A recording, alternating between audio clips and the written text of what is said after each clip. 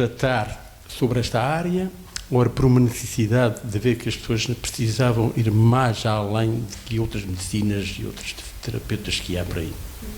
Bom, a minha base de formação é farmácia. Eu sou farmacêutica de formação base e foi muito interessante a forma como eu entrei na medicina natural, porque quando terminei o curso de ciências farmacêuticas fiz uma especialização em seguimento farmacoterapêutico. Basicamente o que eu fazia eram consultas na farmácia, na altura trabalhava numa farmácia, e nessas consultas de seguimento farmacoterapêutico eu fazia o acompanhamento aos meus pacientes e basicamente estudava todos os medicamentos que eles faziam. Ou seja, havia interações entre medicamentos, reações adversas, efetividade, porque muitas vezes as pessoas fazem os medicamentos e eles não fazem o efeito que devia, e muito resumidamente comecei-me a assustar. Basicamente foi isso, porque na realidade os medicamentos são muito importantes porque podem nos salvar a vida, mas quando são bem utilizados, está bem? Neste momento sabe-se que a terceira causa de morte a nível mundial é o uso indevido de medicamentos, está bem? Temos as doenças cardiovasculares, temos as doenças oncológicas e depois temos os medicamentos. Então se os medicamentos seriam para nos ajudar, estão a causar morte, não é? Não faz sentido. Pronto, e o que me apercebi realmente foi isso. E portanto achei que devia arranjar outra forma, está bem, de tratar as pessoas, de ajudar os meus pacientes, porque eu realmente gostava muito da área da consulta, que não utilizar medicamentos que pudessem causar dano ao organismo. E fui estudar novamente, está bem?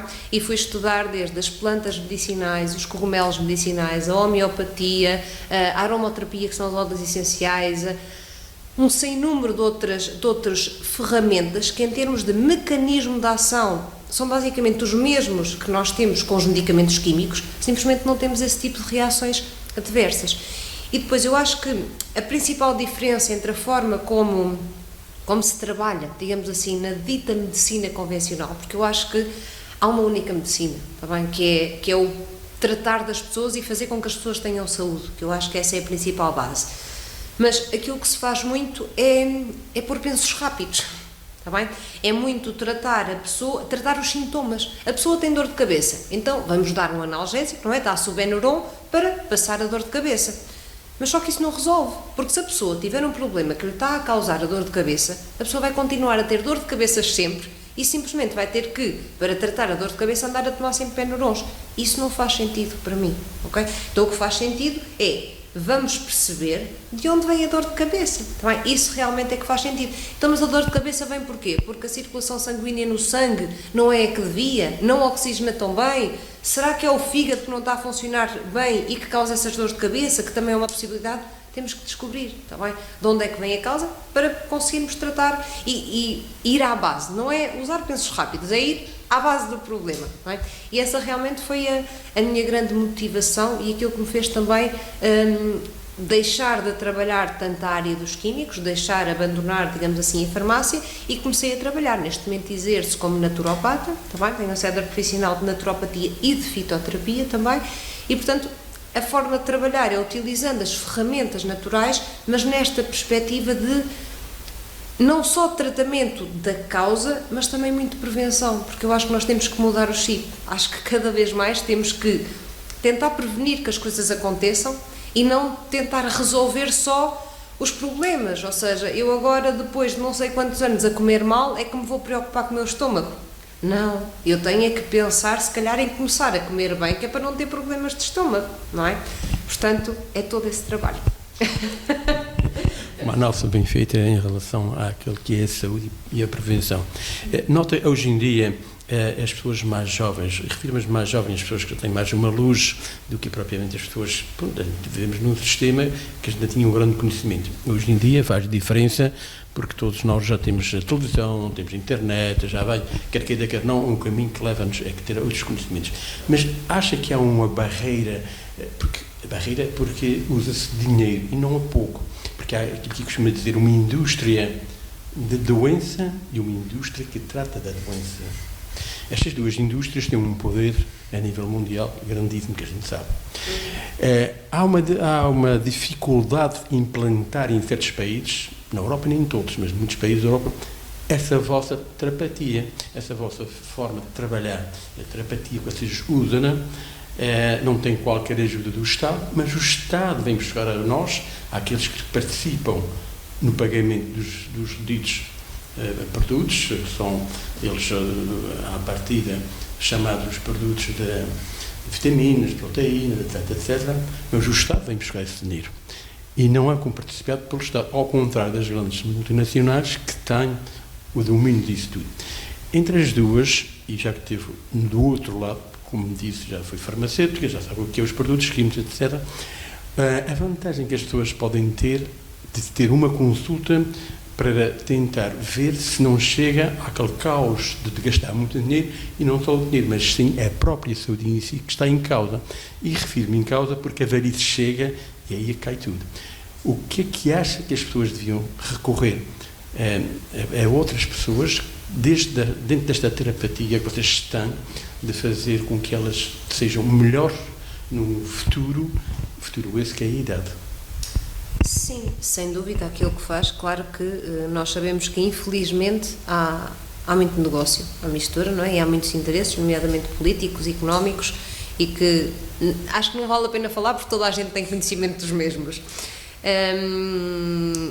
E, como é óbvio, há países em que há comparticipação deste tipo de produtos naturais, de medicamentos homeopáticos, das próprias consultas também. Felizmente já se vão dando alguns passinhos. No nosso país já temos alguns seguros de saúde privados, mas que já comparticipam, por exemplo, as consultas de naturopatia, das ditas terapêuticas não convencionais, ok? São pequeninos avanços, mas eu acho que estão no bem sentido. E eu acho que também estes pequeninos avanços têm a ver com o interesse das pessoas, porque na realidade nota-se que as pessoas estão mais interessadas e numa perspectiva de prevenção e não propriamente estar só preocupada depois quando já aparece a doença. E sem dúvida, não é? Porque quando nós pensamos em se eu fico doente, a carga, digamos assim, de medicamentos convencionais que me é imputada vai-me fazer gastar muito dinheiro, e não só os medicamentos, mas muitas vezes uma série de intervenções que têm que ser associadas. Mas eu já nem falo da parte económica, eu falo muitas vezes do sofrimento que está associado, não é? Porque a pessoa tem dor, porque a pessoa tem que se sujeitar, por exemplo, a uma cirurgia, porque uma pessoa deixa de ter qualidade de vida, porque uma pessoa muitas vezes não tem a capacidade de lidar com a própria família, porque uma pessoa que tem sempre dor acaba por não ter essa capacidade de lidar com a própria família. Ou seja, há uma série de alterações a nível da qualidade de vida que, se forem prevenidas, não são afetadas, está bem? E essa prevenção passa muito exatamente por a base é boa alimentação, exercício físico e, claro, todos nós devíamos fazer alguma suplementação, mas isso também tem a ver com os nossos hábitos, porque neste momento, se eu for comer uma cenoura, a cenoura que eu como, a maior parte das vezes é comprada no supermercado, certo? E essa cenoura que eu compro no supermercado, a maior parte das vezes não é biológica, porque nem toda a gente, infelizmente, em termos monetários, tem capacidade de fazer uma alimentação biológica. E se essa cenoura não é biológica, foi provavelmente cultivada num sítio onde já foram cultivadas milhares de cenouras antes, numa terra que está completamente empobrecida. Então, que tipo de nutrientes é que tem aquela cenoura? Muito poucos. Não é? Na realidade, nos dias de hoje, nós não passamos fome, a maior parte das pessoas não passa fome, mas passa carências nutricionais. E o nosso corpo só funciona se tiver vitaminas, se tiver nutrientes. Se tiver vitaminas, se tiver minerais, nós precisamos disso para o nosso corpo funcionar. Um empreiteiro, um construtor civil, só consegue fazer uma casa se tiver água, cimento, tijolos, certo? O nosso corpo só consegue funcionar bem se tiver vitaminas, minerais, proteínas, não é? E, portanto, eu tenho que assegurar que isso é suplementado muitas das vezes porque a alimentação não é mais correta. E só esse trabalho já me está a fazer uma prevenção de possíveis doenças que possam acontecer, está bem? E de acompanhar, digamos assim, um envelhecimento saudável.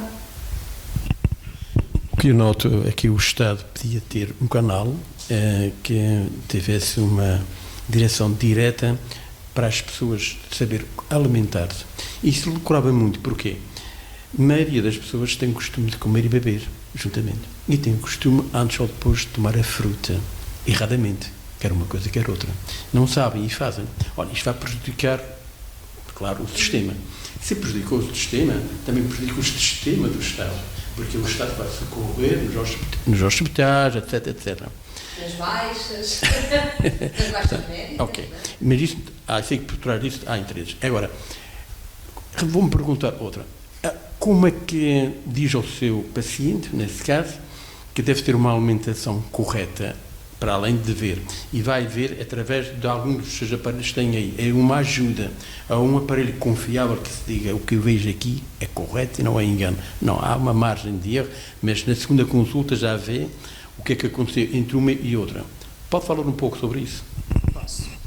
Em termos de diagnóstico propriamente dito, ou melhor, não em termos de diagnóstico, aquilo que eu utilizo em termos de consulta para me fazer o acompanhamento dos meus pacientes são essencialmente ferramentas que se utilizam em qualquer hospital ou qualquer profissional de saúde utiliza. Desde uma medição de uma pressão arterial, desde uma medição da saturação de oxigênio, ok? Eu preciso obrigatoriamente de ter umas análises que me permitam ter umas analíticas em que me medem realmente a quantidade de determinadas substâncias no meu organismo, mas há outro tipo de ferramentas que nós podemos utilizar para nos auxiliar. E trabalho essencialmente com dois tipos de ferramentas completamente diferentes, tá bem? Por um lado, trabalho com medição de substâncias, digamos assim, corporais. O que é que isto quer dizer? Eu utilizo, por exemplo, a medição da massa gorda, da massa óssea, da quantidade de gordura, ou seja, indica-me muitas das vezes a composição corporal que me permite fazer essa avaliação, ok? E isso é real, aquilo que houvesse naquele momento é aquilo e não há volta a dar, está bem? Pronto. Por outro lado, eu utilizo também uma ferramenta de quântica. Quando nós falamos em quântica, falamos em energia, está bem? E a energia é tão volátil que não me permite fazer um diagnóstico real. Ou seja, a energia permite-me comparar padrões e permite-me comparar e orientar, mas nunca fazer diagnóstico, está bem? Porque é energia e porque é muito volátil e eu não posso fazer esse tipo de diagnósticos. Aquilo que eu utilizo, para além da quântica, é a termografia, está bem? A termografia clínica é um exame que se faz.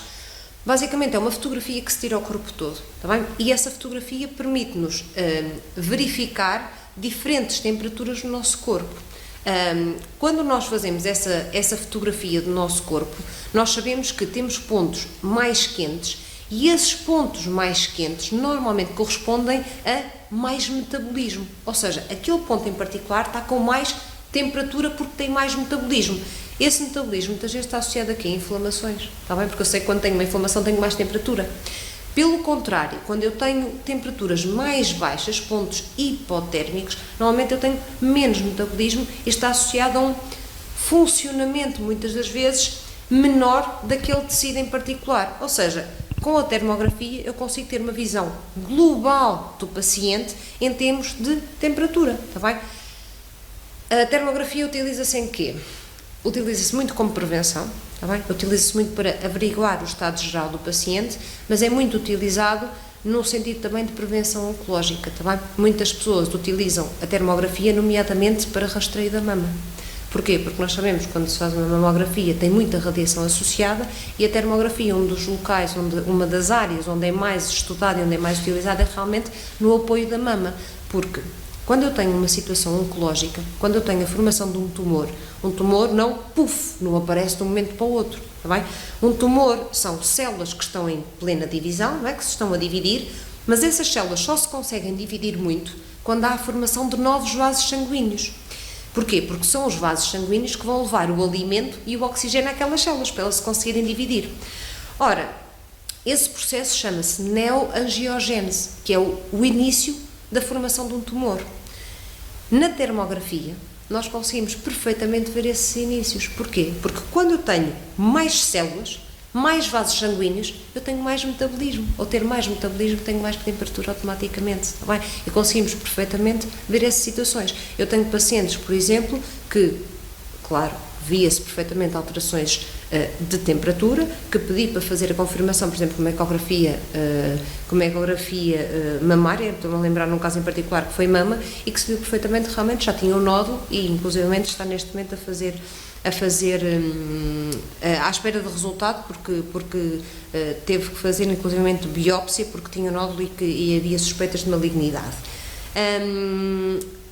Mas há situações em que eu tenho pacientes que têm uma situação termográfica alterada, mas que ainda nem sequer aparecem numa ecografia. Porquê? Porque muitas vezes apanhamos alterações tão no início que ainda nem sequer estruturalmente eu tenho ainda numa ecografia. Portanto, muitas das vezes a termografia consegue-nos detectar quase até 10 anos antes uma alteração que possa, se não for, digamos assim, prevenida e se não for corrigida, possa levar ao desenvolvimento de um tumor. E é uma área assim incrível. Eu provavelmente não se vê na câmara, mas normalmente a termografia, depois da fotografia, digamos assim, que é tirada, é efetuado um relatório, ok, termográfico, onde não sei se depois consegue fazer uma montagem para ver, mas basicamente são fotografias que se tiram ao corpo inteiro e que se consegue perceber nitidamente pontos que estão mais quentes e pontos que estão menos quentes. E aquilo que nós conseguimos perceber é, neste caso em particular, vê-se perfeitamente aqui uma inflamação a nível do estômago, está bem? E esta pessoa realmente tinha uma gastrite. Ok, então eu consigo ver. Claro que eu não estou à espera num pâncreas, que é um órgão mais interno, que consiga emitir essa temperatura, a não ser que seja uma situação mesmo complicada, em que haja uma inflamação, uma temperatura muito exacerbada. Mas tudo o que sejam órgãos mais superficiais, por exemplo, a nível da tiroide, vê-se perfeitamente bem, tudo que sejam rosto, inflamações a nível de dentes, a nível de sinos, da cavidade de sinusite, próstata, tudo o que seja parte pélvica, ginecológica, intestino, a parte muscular, que é fantástica, está bem?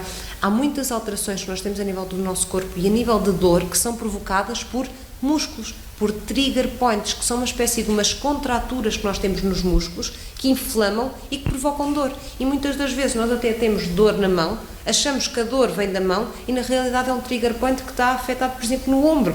Não é? E muitas vezes anda-se ali a trabalhar a mão e o problema está no ombro. Okay? Então conseguimos aqui fazer uma interligação muito interessante, sem dúvida. Sim. A falar do braço e da mão, as pessoas que usam muito os teclados, quer que sejam eles de telemóveis, quer que sejam eles de computador, têm esse problema, a maior parte deles. E dizem, eu estou-me a queixar do braço, estou-me a queixar disto, etc. Portanto, é uma máquina recomendável para toda a gente fazer, pelo menos uma vez por ano, no mínimo, esse exame. Porque a mamografia, eu sei que muitas vezes causa o cancro. Porque o aperto macua a conquista, uma coisa qualquer que possa desenvolver. E há países que já não aceitam. Portanto, esta tem uma vantagem em relação a isso. Não emite qualquer tipo de revisão, sim. Há uma revisão, ainda há pouco tempo há um investigador que trabalha muito a questão da mamografia e já apresentou mais do que revisões sobre os malefícios da mamografia e que, na realidade, a mamografia não traz, assim, tanto conhecimento sobre, ou seja, não é benéfico. Mas há muitos estudos sobre isso e revisões sistemáticas, ou seja, toda a gente que trabalha com evidência científica vê essas revisões, estão perfeitamente bem esclarecidas. Há uma entidade que é a Cochrane Collaboration, que é uma entidade que está responsável por fazer revisão, por avaliar estudos científicos e aportar uma conclusão, e esse investigador, por exemplo, é um investigador que está responsável pela Cochrane Collaboration a nível nórdico. Okay? É o diretor, ou seja, é uma pessoa que em termos de investigação científica não tem qualquer tipo de envolvimento com nenhuma farmacêutica nem nada e portanto é íntegro em termos de conclusões e as evidências estão lá, ele mostra tudo, ou seja, está acessível a toda a gente e há países que efetivamente não fazem. Para acabar, só pedir uma coisa, era que desse um pequeno resumo de toda a sua área que trabalha. Eu acho que são 7 pontos fundamentais que vi lá fora. Um apanhado só para dizer mais ou menos o que é, para as pessoas terem uma ideia, se quiserem procurar e saber o que é que vão fazer e porquê que o fazem. Sim, pontos fundamentais. Eu trabalho aquilo que a pessoa precisa. Ou seja, em termos de formação, eu tentei ao máximo, e tento ao máximo, continuo. Neste momento estou a acabar o mestrado em Medicina Ortomolecular, estou a acabar o 2º ano, e tento ao máximo informar-me e estudar de forma a aumentar a qualidade, digamos assim, a nível das consultas, porque as pessoas são todas diferentes e todas as pessoas precisam de coisas diferentes. E, portanto, desde, se calhar, a naturopatia, também acaba por ser um conceito mais geral e que inclui tudo aquilo que é necessário, nomeadamente na visão da pessoa, que é olhar para a pessoa e vê-la como um todo e ver o que precisa e ir à causa, e depois a utilização de ferramentas terapêuticas que não sejam más para o organismo, ok? E essas ferramentas normalmente são desde as plantas medicinais, que é a fitoterapia, a homeopatia, a medicina ortomolecular, que é esta correção a nível do nosso organismo no que diz respeito a vitaminas, a minerais essenciais, porque é isso que o nosso corpo precisa, na realidade, para funcionar bem. A aromaterapia, que são os óleos essenciais, que é outro mundo fantástico. Ou seja, há uma série de ferramentas que depois acaba por trabalhar. Claro que a minha base como farmácia continua cá e eu nos meus pacientes que entendo que devo fazer esse trabalho, que percebo que é importante, acabo por fazer um seguimento farmacoterapêutico, porque muitas das vezes acabo por fazer o estudo dos medicamentos que eles fazem também, perceber se há alguma interação. Trabalho muito com desmames, está bem? De medicamentos químicos também, porque é a minha área, eu sei exatamente o que é que tenho que compensar para conseguir fazer esse desmame compensado, desde antidepressivos, ansiolíticos, inibidor da bomba de protões, também os chamados protetores do estômago, que é o melhor marketing farmacêutico que foi feito, que não protegem nada, também simplesmente inibem a produção de ácido. Ou seja, uma série de medicamentos que muitas vezes a pessoa quer deixar e não consegue, porque está adicta, está bem? Esse tipo de medicamentos. E pronto.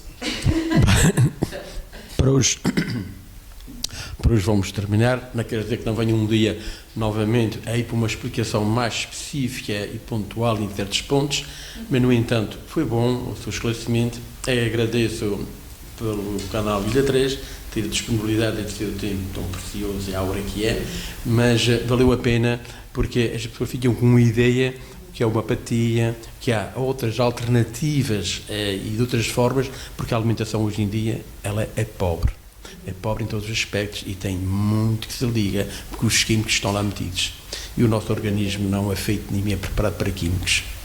Okay. Muito obrigada, eu também, que seja esclarecedor e visitem-me quando precisarem. Muito obrigada. Pronto, até uma próxima, a telespectador do canal Vida 3 e ficamos por hoje por aqui. Muito obrigado. Okay.